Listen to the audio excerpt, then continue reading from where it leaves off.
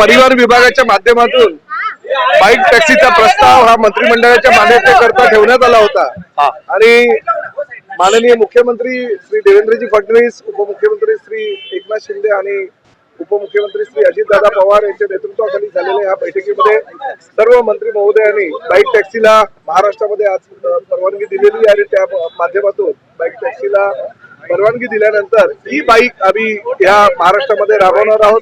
प्रामुख्याने सर्वसामान्य सिंगल प्रवाशांना जी गैरसोय होत होती आणि तिप्पट भाडं द्यावं लागत होतं रिक्षा करता किंवा टॅक्सी करता, ते न देता आता बाईक टॅक्सीच्या माध्यमातून सर्वसामान्य प्रवाशांना पूर्ण महाराष्ट्रामध्ये बाईक टॅक्सीचा प्रवास कुठेही करता येईल आणि 15 किलोमीटर पर्यंत त्याचं ते अंतर मर्यादित ठेवलेलं आहे।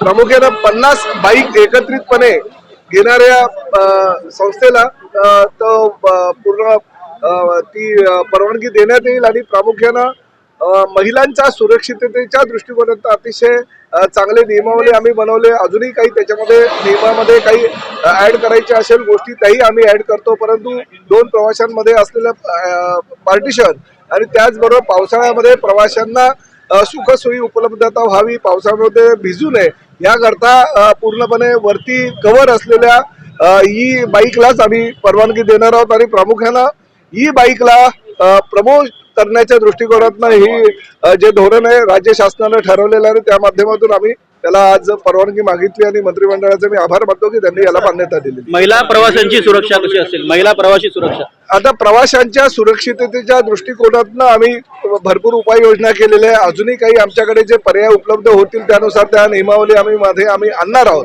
परंतु फक्त आणि फक्त इलेक्ट्रिक वाहनांना जास्त प्रमोट करण्याच्या दृष्टिकोनातून ई बाईक टॅक्सीलाच आम्ही परवानगी दिलेली आहे आणि त्यामुळे पूर्ण प्रदूषण मुक्त हा महाराष्ट्र करण्याचा आमचा संकल्प आहे आणि त्या माध्यमातून ही सुरुवात आहे आणि ई बाईक टॅक्सी आता लवकरच प्रवाशांच्या सेवेमध्ये रुजू होईल। किती मोठा रोजगार निर्माण ते आता ठरवणार आहोत। रेव्हेन्यू मॉडेल बद्दल आता आम्ही पूर्णपणे पाहणी केली, तपासणी केली आणि त्या माध्यमातून आम्ही आता अंतिम टप्प्यापर्यंत आलेलो आहे। आज फक्त पॉलिसीला आम्ही मंजुरी घेतलेली